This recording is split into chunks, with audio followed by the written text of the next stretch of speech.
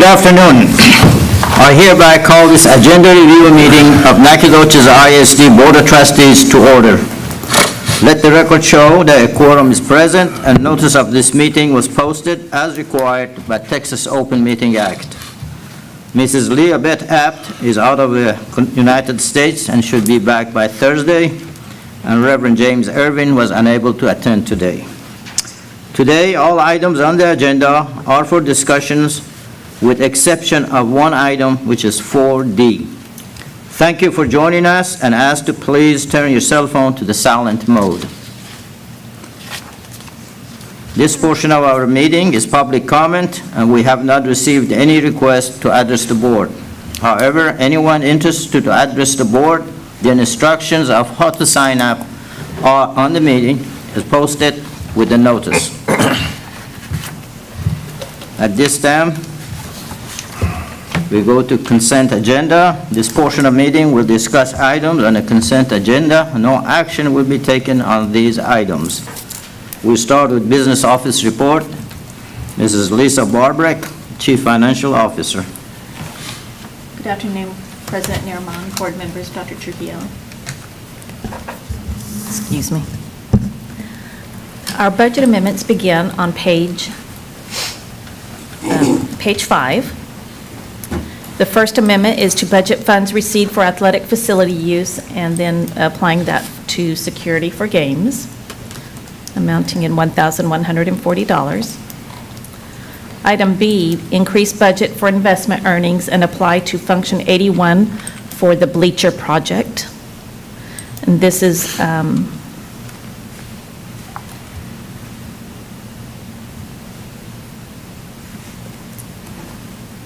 something is the matter with this one.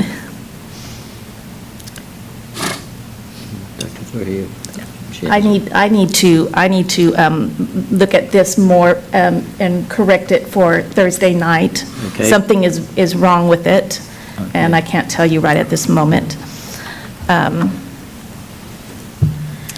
Item C, pull funds from fund balance to pay for new tables and serving lines at TJR. This is coming from the Student Nutrition Fund for $266,000.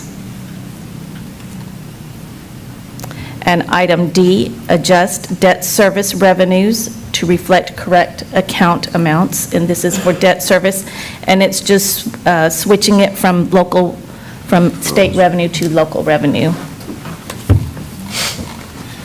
Any questions on the budget amendments? No, ma'am, I don't have. Board, do you have any question? Okay, next item is donation under $2,500. This can be found on page 11 and 12. So band received $1,327.65 from the SFA School of Music to purchase supplies. And athletics received $935.64 from the Nacogdoches Dragon Athletic Booster Club for NISD trainers.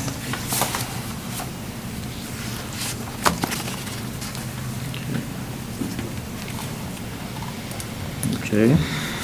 Now we go to investment report. The investments can be found on page 14 and 15.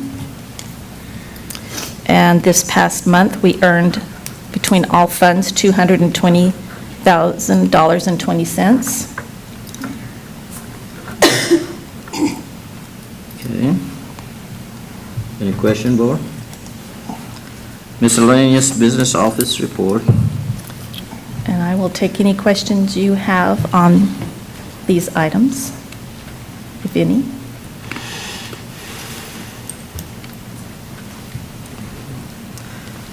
Okay, we go to purchase over $50,000.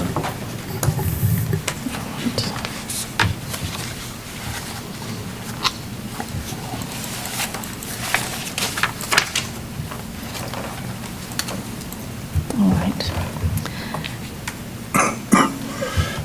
This is found on page 45. We are purchasing 3 police vehicles for our police department.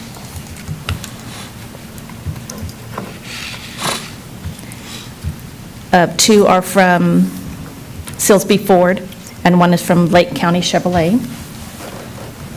And all three total $164,534.50. There's two Ford and one Chevy, correct? Yes. Couldn't be three Fords or three Chevys? Well, the one, the Chevrolet is different. It's a four-wheel drive. Well, as I looked at it, Ford 150, where it was four-wheel drives, and one only is two-wheel drives, and both comes at the same price. Does it make any difference? Normally, if I looked at purchasing, trying to buy a four-wheel drive, it's cost me more than a two-wheel drive. Well, I believe that's what the $64,000 is, the four-wheel drive. So in other words, when I looked at bottom of them, both price was the same. Am I looking at it wrong? Let's see. So what it looks like is on the action sheet, it has the first vehicle bid for F-150 Crew Cab four-wheel drive, $51,000. And then the second one is the same thing, but two-wheel drive for $51,000. And it might be that it's a typo on the action sheet. But it looks like those two Fords are different. Okay. And then number three, the Chevy doesn't have what it is. That's $64,000. And are these vehicles are trucks or just like Suburban type or what? They are trucks. They're They are trucks? trucks, and they are on their lot. Okay. We don't have to order them and wait for them to come in. Curiosity, if it's for truck, I imagine we're going to carry some stuff, some items, correct? Let me have our police chief step up and Okay. visit with regards to those questions, because Ms. Barbrick is dealing with the dollar amount. Yeah. Application, Yes. our chief.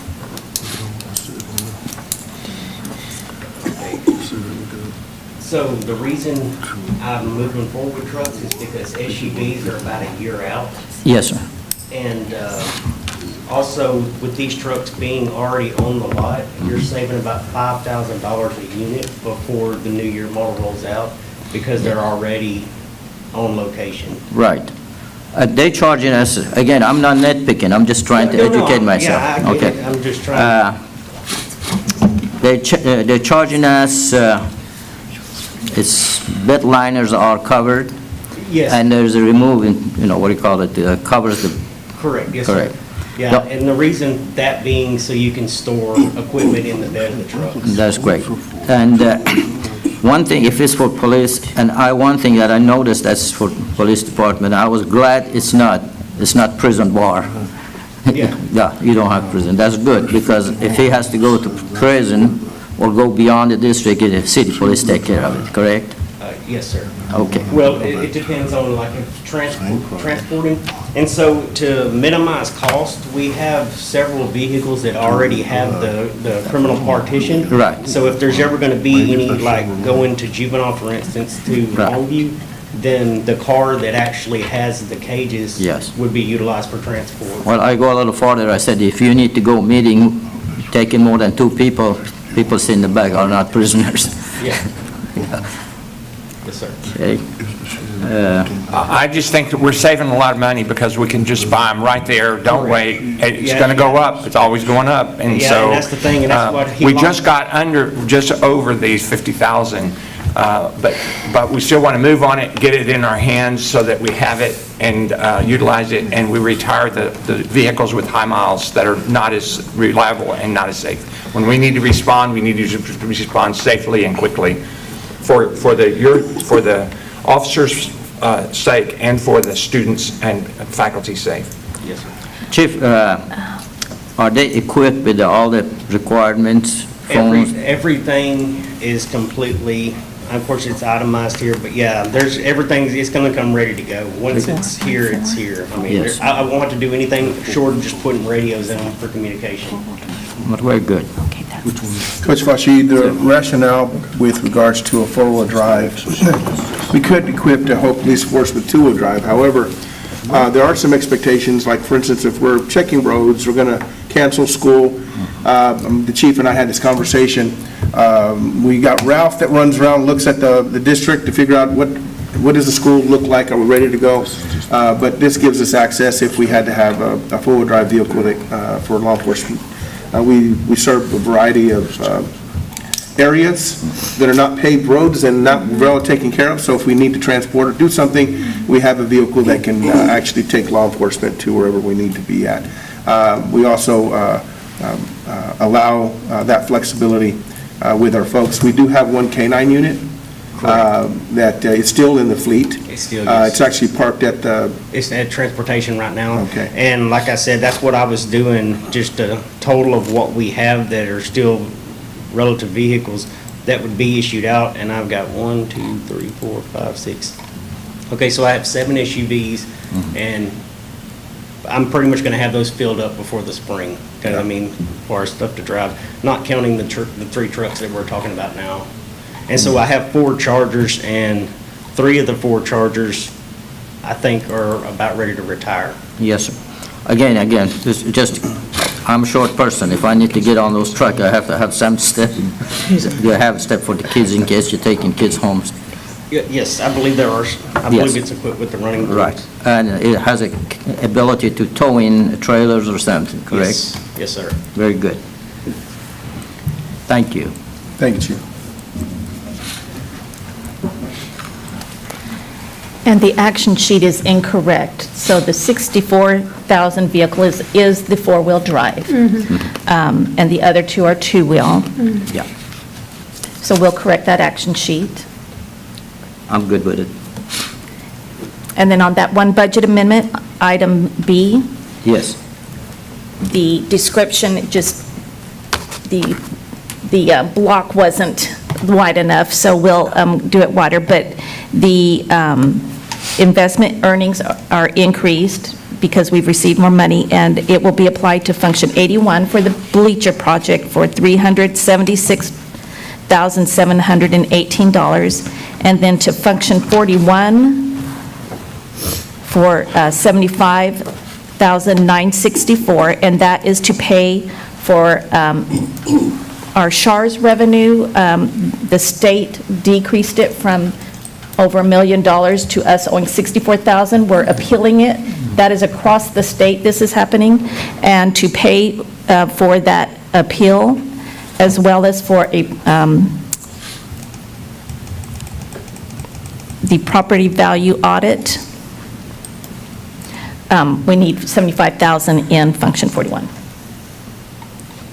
Very good. Board have any questions? Okay. Next item, we go to a commercial kitchen. Again, Ms. Lisa Barbrick.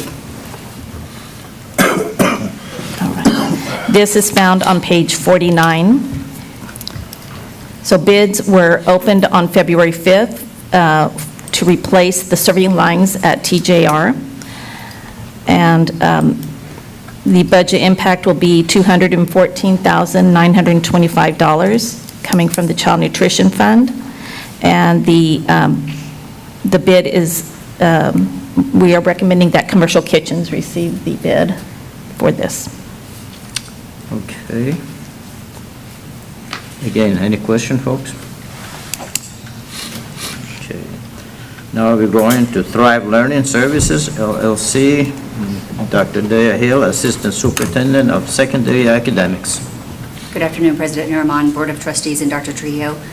Thrive Learning Services continues to provide services for student support services or students in the specific areas of licensed school psychology, autism and emotional disturbed evaluations and reevaluations, as well as counseling therapy. You guys approved an initial contract with them during the August 17th, 2023 school board meeting in the amount of $55,000, and we're asking for a second one in those areas. Quick question, the positions that we don't have filled, am I assuming those are diagnosticians and school psychologists?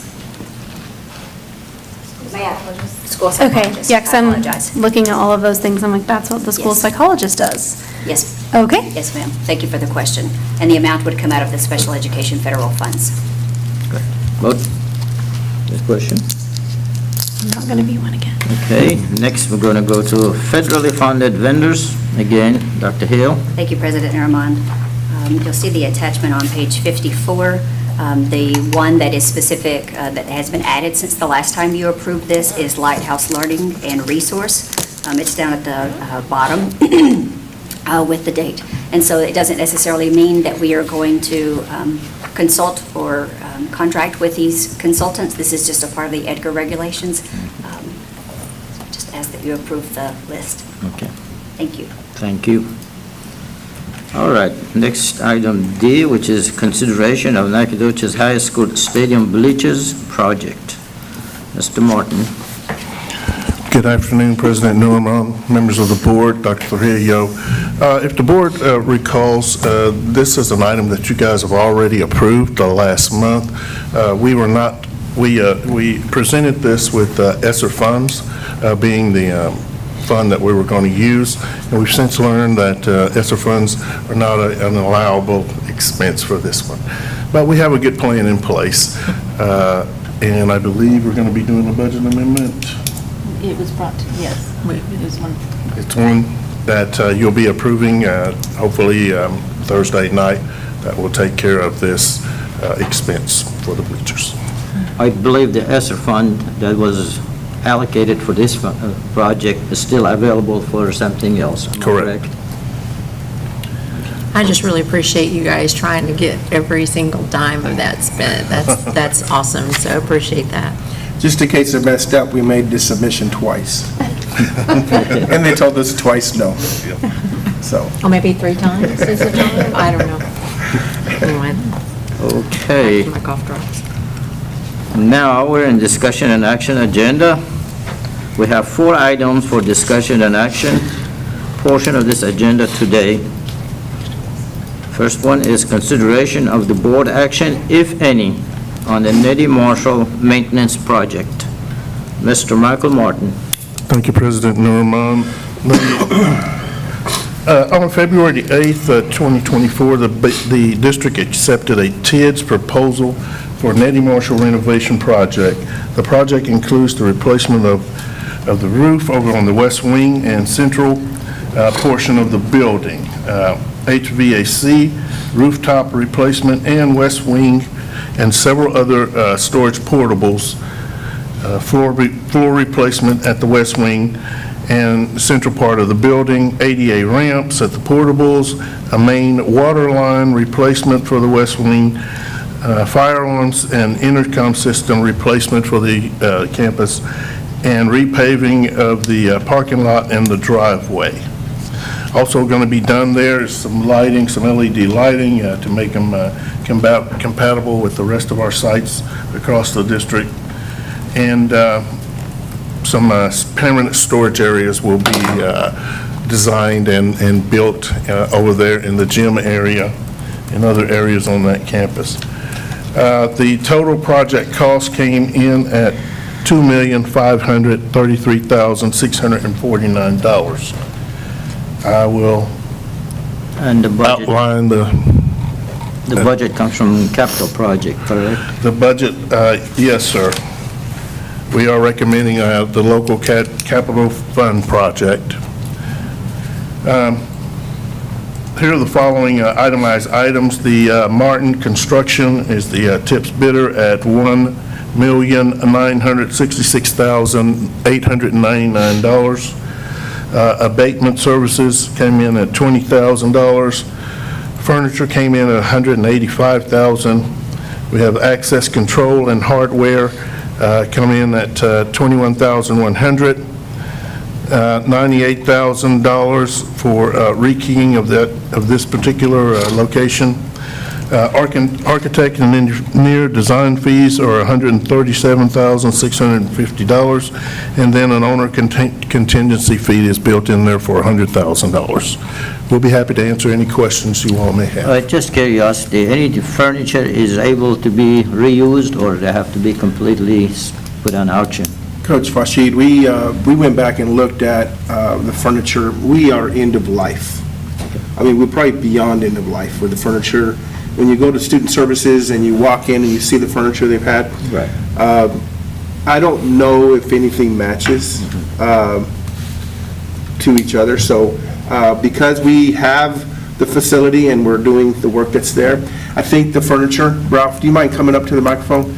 I believe we are sticking to the same design or the same types of furniture to kind of standardize it, so it's a little more cost affordability with it, Ralph, right? We're Yes, going with it? President, Board, Superintendent, thank you very much. Yes, we're generally standardizing the furniture, and what's unique also about this furniture, without poking too much fun at student services, is for many of these people, it'll be their first desk, because about half of their staff comes in and works at their round conference tables, because they don't have offices or desks. So we're going to set up pods all through the building.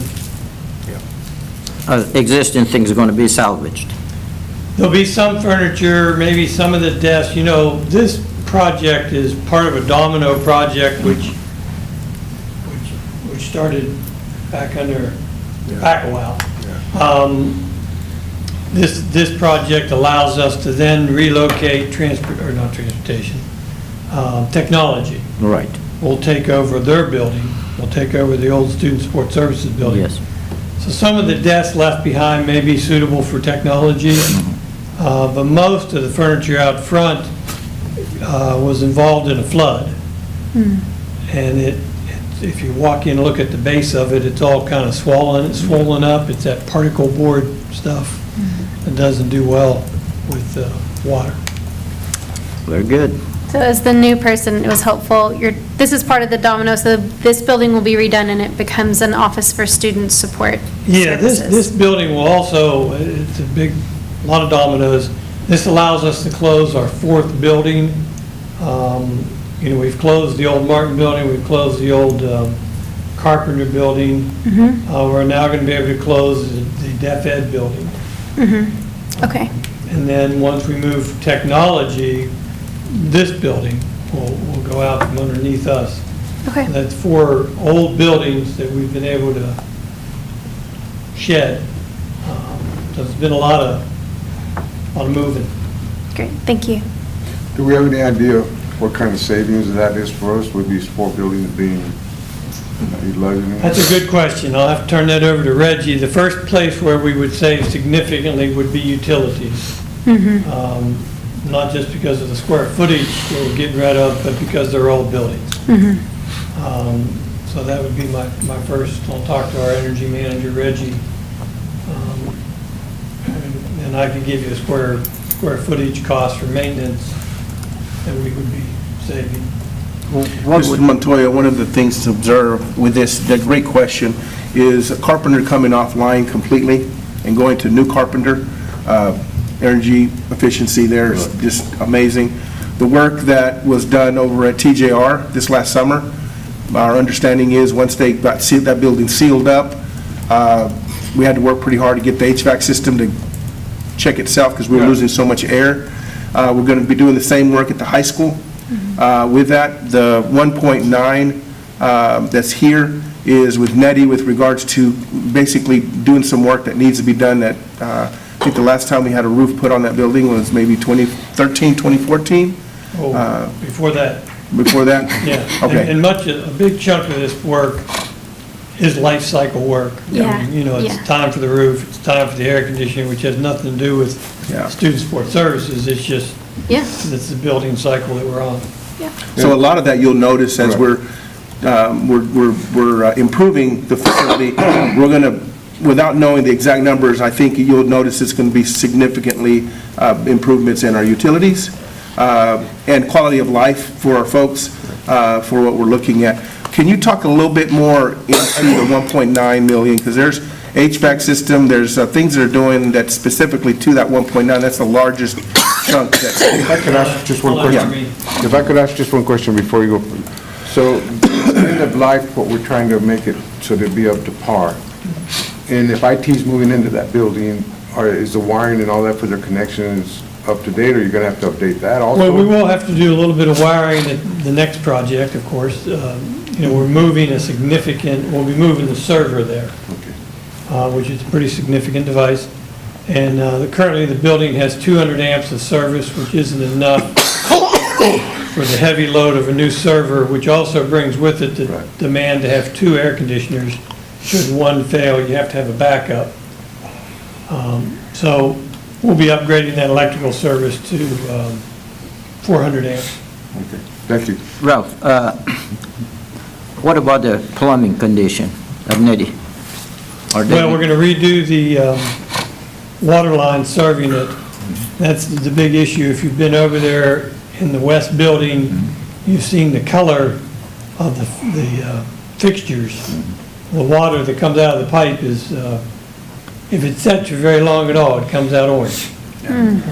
But it's old galvanized piping, which was the thing that they installed at that time, but it's time to replace that. Glad to hear that.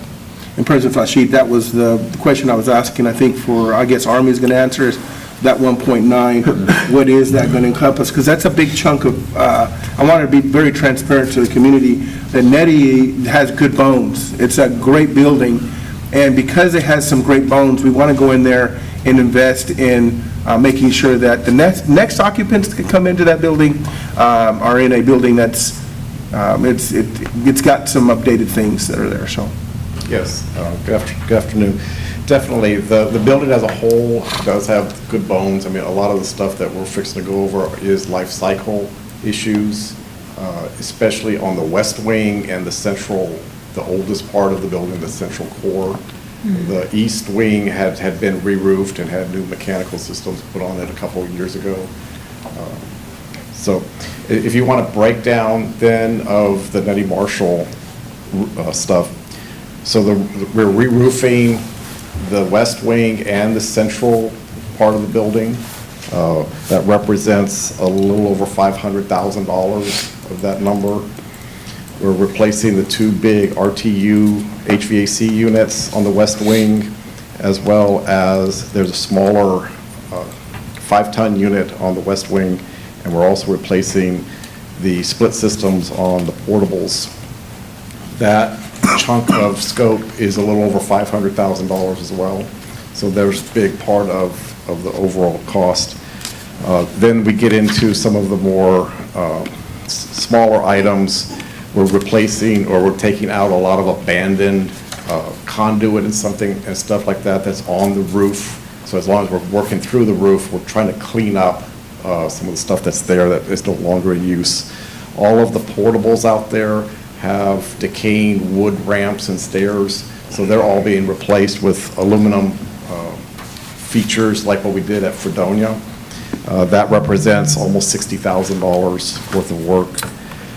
We're fixing and/or replacing windows in that central core that are rotting out. Either the wood trim and sill is completely rotten, or the muttons that have these kind of inserts put into them, they're broken, brittle, and allowing a lot of air going through them. That together is almost $30,000 worth of work. We're also replacing the lighting, both interior and exterior. That scope is probably worth about $55,000 to $60,000. I have it in 2 line items here. We're repaving the main parking lot off of Cox Street, taking down some trees that are either detrimental to the roof, is what we're finding on that west wing, or about to die off in the parking lot itself. Also with the drop-off driveway in front of the school, that will be repaved. That scope is worth about $186,000. The water line replacement that we were talking about, that represents about $36,000 worth of work. That's coming all the way from the water meter into the building and all the piping that then serves those 2 gang bathrooms that are in the west wing. All that piping gets replaced. All of the flooring in the west wing and the central areas are being replaced. That represents about $130,000 worth of work. A new fire alarm system, which is very out of date on that building, and the intercom head-end replacement represents about $191,000 worth of work. We talked about lighting, the bathrooms as part of the re-piping. It's getting slight renovations. It's really about the work that it takes to get it re-piped. But there will be some new fixtures as part of that. Let's see. There's a hole in the ceiling in one of the classrooms that will be repaired in all of this. All of the shelving units, we are providing a lot of shelving for storage for the facility. A lot of that will be taking place either in the portables or in the gym. The gym is being reconfigured with secure chain link fencing with gates that are able to be locked so that they can be compartmentalized between who has access to that. Together, those two items represent about $90,000 worth of work. So that's kind of an overview of the cost breakdown for NETI. I just have a question on this. It says take down 3 trees, owner specified in plans, and haul off. Is that a request from the owner, or is it on their property or on our property? No, the owner is being the district here. Oh, okay. I was confused about it. It said Yes. owner, so, okay. Thank you. I just wanted to say that not only we need to update NETI, but we need to prophylactically update it, particularly on that roof. But the real equation here is we've got to take care of our buildings, but we take care of our buildings for the humans that live and work there. And it's really important that we provide that for our dedicated employees that are doing a great job, and give them a home where they can be united in one location and be more efficient and happier together. So I think that's the cost is something we consider, but the positive cost of what we get for our employees and what our students will benefit is very worthwhile. It's a great investment. President Plashee, just the reason I wanted to make sure it's very clear is we've gotten a lot of questions about NETI from the community in that area, so wanted to make sure that it was clearly transparent to the folks out there that even though it's not in the cycle where we have students coming in there, it is in the cycle of we're taking care of it, making sure that we do our due diligence with it. One item on the list here is the rekeying of the campus. It lists about $98,000. Because we don't have students assigned there, the reason I got to draw attention to that is because that specific line item, you're going to see it later on. And I wanted to make sure, why do you see it here? And then you'll see it later on. But I'm only going to address why you see it here. The reason you see it here and the funding coming out of this is because this is an adult site. We don't have students assigned to the location. And because students are not assigned to it, then we have to find the budget in another way to accommodate it. However, you'll notice in a future conversation with this particular item, you're going to notice it pops up again, but those are sites that have students. So the budgeting looks a little bit different when it comes to those items. About a timeline for this, approximately, what are we talking about? We're talking about getting going immediately upon approval. We have talked to the contractor with the understanding that this would be substantially complete by the early June of this year. Enough time and have the classroom/offices prepped with the flooring in place so that they can move all of their stuff out of student services and over before they break for the summer. So even though we may have a few loose ends left for the complete scope here through the summer, but definitely have all items completed before the summer is over. The rationale behind this, once again, Board, is once school starts, the adults that will be living here becomes a little more complicated to move. they're meeting the services and the needs of all the students. So during that time, not ideal, but it's never ideal to move, but it's more ideal to move during that time and that period. So we're going to hope and pray that everything goes in sequence the way it is, and then we're able to make that transition, because once again, we'll come to the board for the final phase of this transition, which would be once that's complete, because we really don't know until we get into the current Student Support Center to see exactly the extent of what needs to be done for it. We touched a little bit on that. So you'll see that again, probably in a future board meeting as we dive into the third and fourth phase of this final step that we have. So, thank you, Pilgrim. Okay. Board? Does anybody have any questions? Can we put this on a consent agenda? All in favor?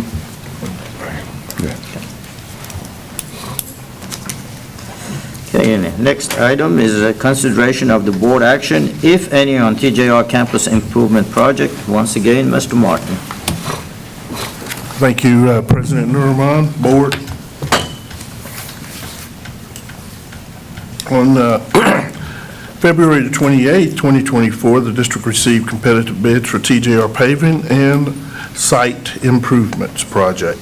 The project scope includes the repaving of all parking lots and driveways, a new parking lot to the east of the old university building, drainage improvements, main water line replacement, and the reconfiguration and paving of the drop-off and walks and the courtyards on the campus. The district received 5 bids, the lowest responsive bid being TCMC of Tyler. If the board remembers, TCMC did the district support center as well as transportation center. So the district has done business with TCMC before. We'll be happy to answer. Also, the project cost came in at $1,189,200. And the TCMC bid was $1,060,000. Architect engineer fees were $74,200, and owner allowance for this project was $55,000. And again, the total project cost is $1,189,200. We'll be happy to answer any question the board may have. President Fashid, before we hand it off for questions, to fully understand the scope of the project, because there's a lot here, I wanted to make sure that you can understand the frame of the whole project, because of TJR in the back, we have parking in the front. This is the OUB building access, which we don't currently have students in, but there's significant improvements that are done there for handicap access and handicapped accessibility into the OUB. We're also talking about diverting enter and flow into that parking lot from off of Fredonia and changing the slot. So if you allow me to have these two gentlemen kind of give you a frame of the workload, a picture of the whole thing, so that when you ask questions, you'll know the whole project that's there with regards to. And by the way, we held this off until they finished Martin, because we knew they were going to tear it up. All that heavy machinery and all those big trucks, they went through there and they did their job on the asphalt on that back end. So I'm going to turn it over to these two gentlemen, if you allow me. Yes, sir. And that way they can give you a full frame of the project. Thank you. So imagine, if you will, what the back TGR looks like right now. The pavements are basically past their lifetime. We're starting to get potholing, we're starting to get loose gravel running off of the parking lot. All of the drop-offs now, my parents are done at the back of the building. And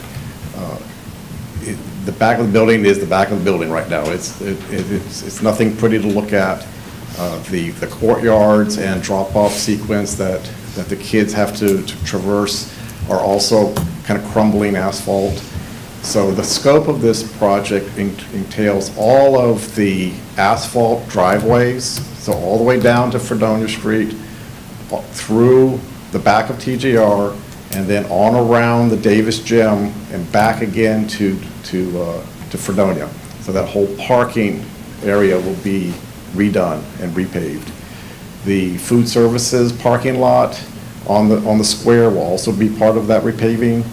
And then there's a significant chunk of parking next to Bell Gym and kind of behind the cop shop area that will be redone, as well as the entry point to a new parking spot or to parking lot to the OUB building. One of the reasons that parking lot's being created was because there's a lot of cross-traffic right now with parents and the way that they use the back of the building, and what OUB is traditionally used as a parking spot for their building. These spots will be handicap accessible and will have a direct link to the new handicap ramp system that they created for the OUB building. So it's on the correct side. They're not having to kind of cut across the building with this parking area. There will be some drainage improvements. You know, one of the sidewalks there that lead back to Mound can be underwater at times, depending on how much rain we get. This project will correct that. It will have a new concrete pavement system with a series of steps and kind of a hardscape beautification on the back of the building, through the courtyard area, all the way back up to those rear exit doors that is in the building right now. There is a significant water line replacement being done from the side street back all the way to the mechanical room. And anyways, it's a significant facelift for the back of the building, and something that I think with a little sprucing here and there with some planters and some seat walls that, you know, make a nicer appearance and experience for both parents and students. Frankly, it's overdue. Yes, sir. Board, any question? If you are not, can we put that on the consent agenda as well? Yes. Yes. Mr. Montoya, yes? I'm good. Next item is consideration of the board action, if any, on the electronic lock keyboarding project. Again, Mr. Martin. Thank you, President Normand, members of the board, Superintendent Trujillo. On January 24, 2024, the district received proposals for the installation and of access control systems that match current district standards at remaining campuses not currently covered under previous bond projects. The scope presented is being done across several campuses, and specifically Brooks Gwynn Jones Elementary, Regay Elementary, and TJR Elementary, and the Nacogdoches High School weight room. The bids came in as follows. Fire Troll Protection Systems, $186,745. The door hardware for this project, $42,000. Architect and engineering fees are $13,500, and then owner allowance is $20,000, making a total project cost $262,245, of which today we learned in talking to Mr. Tarving that this particular project will qualify for a safety grant that the district has received. We'll be happy to answer any questions that the board may have. I have a question, but I don't know if this is smart or not. But if somebody has a card that kind of scan go in, let's say from high school, is that card works on elementary school too? No, sir, So not each campus necessarily. have their own? Yes, sir. Okay. Each campus has their own security, and just certain personnel have access to all of them using their scan badge. Coach, the way the system actually works, to get a little deeper, is if I scan this at 301, the system recognizes that Gabe Trujillo scanned in at door number this at 301. And so the only thing it can't tell you is when I left, but it will be able to identify who's at the campus. If we have an employee that's no longer an employee, then we can terminate the card, and they don't have access to the building, and really can kind of move us away from the traditional key with our folks. So other than a classroom key, this can get them into a building. And not to mention also with law enforcement, fire department, there's things you can do that can provide access to our folks with regards to this. You control a little bit more who's gaining access, who's not gaining access to this. Budget-wise, this is why it's going to go through Mr. Tarvin, because it's students. The previous one was not. It's through an adult site that we're looking at, so. A question I have, is that ninth grade building is kind of separated with the high school? When you say ninth grade building with a card, Yes. is it separate system? It's the same system, right? Same. Same system. Yeah. I have a question, and it's just, because it pops out at me, it says owner allowance $20,000. What does that cover, owner allowance? I mean, Pretty much that covers any of those things that pop up that we didn't think about, is how I like to look at it. It's the only contingency, just a little money we put on the side for basically insurance purposes. so it's not, if there's not any issues, then we don't put that 20,000, we don't. put Correct. that 20. Okay. Yes, sir. All right, okay, thank you. Any more questions? I wanted to ask about warranty and who is going to maintain these. Are we having somebody local, or are they coming from Tyler, and how quick do they respond? I'm going to ask Mr. LaRue if he would step up to the mic. We are a secondary market for many of our products, so yes, some of the service will come out of Tyler. Fire Troll is a very good company, they service our stuff. Our locksmith has been trained up and has got a laptop now that will sync with that program, and he's able to do most of the troubleshooting and pretty much advise them what parts he needs and what to bring. So we have local and we have backup. Yes. Super.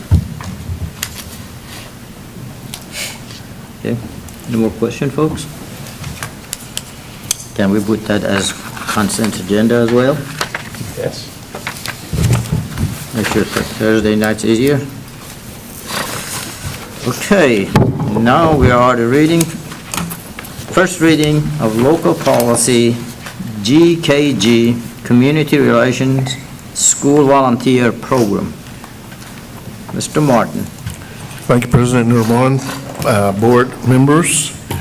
The board is, as a result of Senate Bill 763, the board has the option to adopt a resolution affirming a practice of allowing chaplains to serve as volunteers.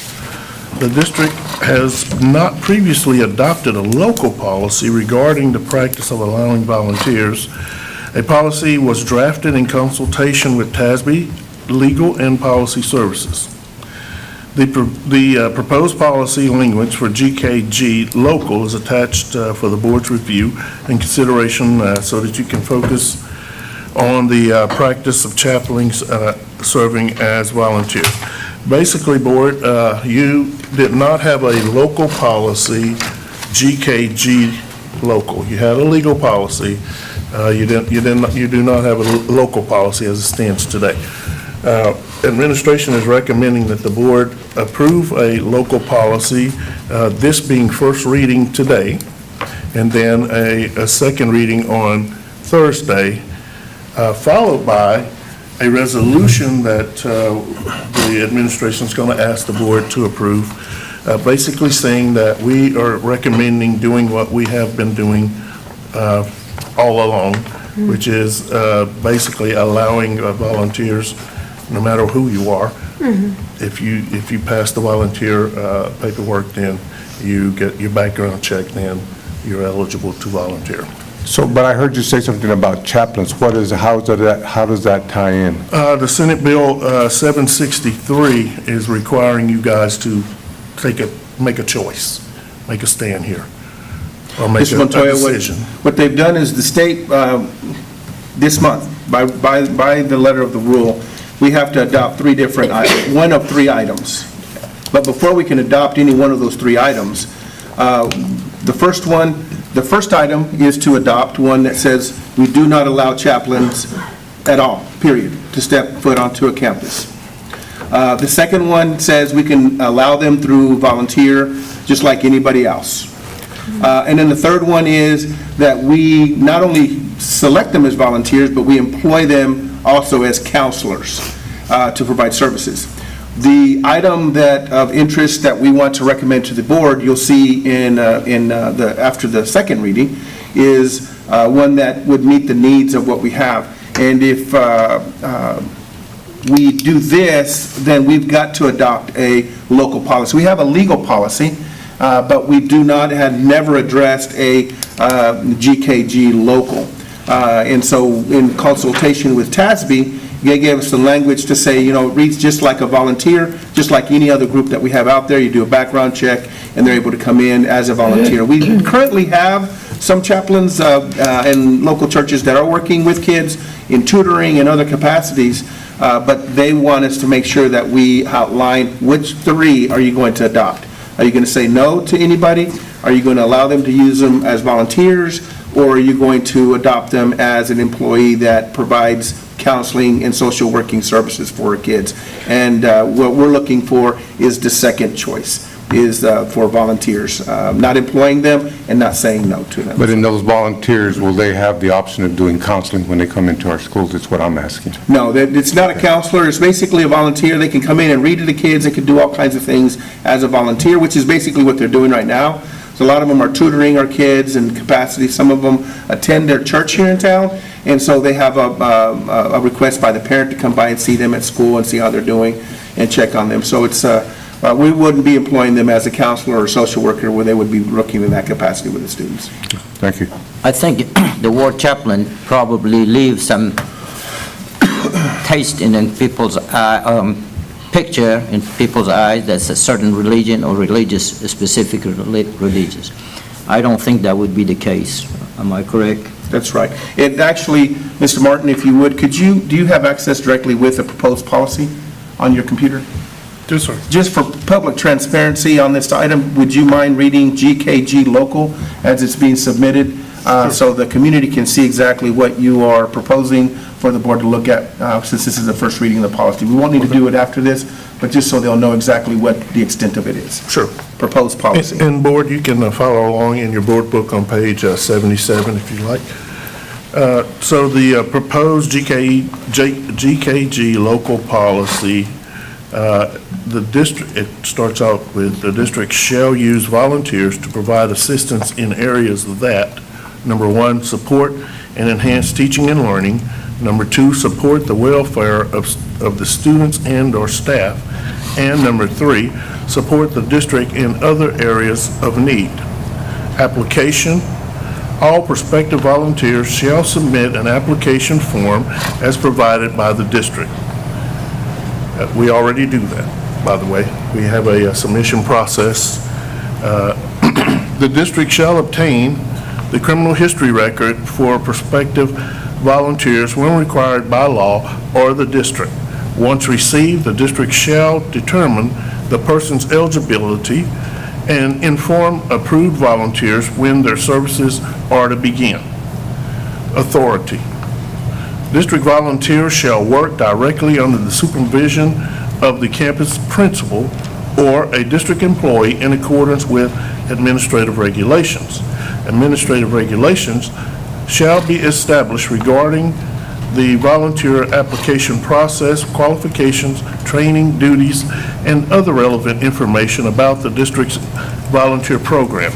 Training: volunteers shall complete district training requirements prior to participating in the district's volunteer program. That is the end of proposed policy GKG local. If we do not do our homework to the nth degree, we would be opening a can of worms. Yes, sir. Just for clarity, this one is for any school volunteers, and it's not specific to chaplains. Yes, ma'am, that's correct. Okay, because that's something that we will address after Thursday. this. Yes, correct. Thank you. Okay, that's what I was going to ask. Yes, Thank you. got it. I understand. And we can't do that until we have GKG. Yeah, yes, like another one of those domino things. Yes. Got it. Thank you. Okay, here, I said ask for a motion. Should I ask? Yes. Okay, board, I'm asking for a motion to approve. We're not used to that. First reading of, First reading. First reading. I will approve the first reading of the GKG local as presented. Okay, I need a second. Second. All in favor, indicate saying aye. Aye. All opposed, same sign. It moves. Okay.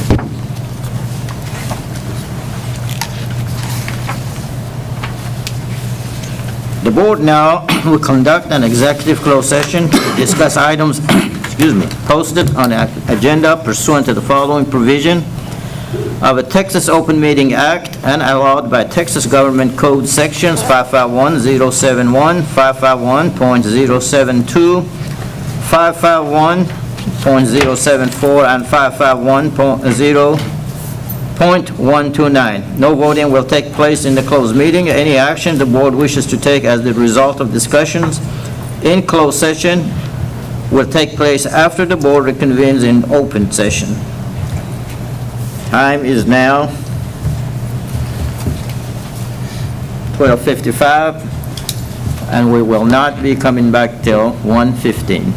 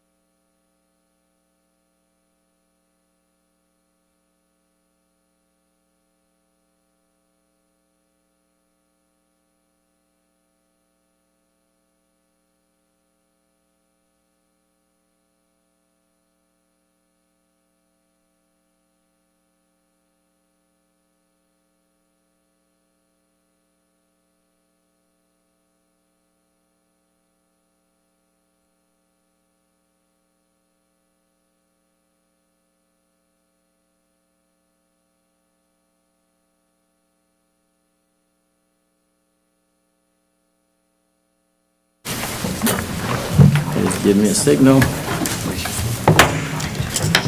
The board is now reconvening into open session, and the time is 1:43 PM. Are there any requests for future agenda items? Mr. Montoya? No, not this time. No? If not, I seek a motion for adjourn. I move that we adjourn. Second. All in favor indicate saying aye. Aye. All opposed? We're adjourned.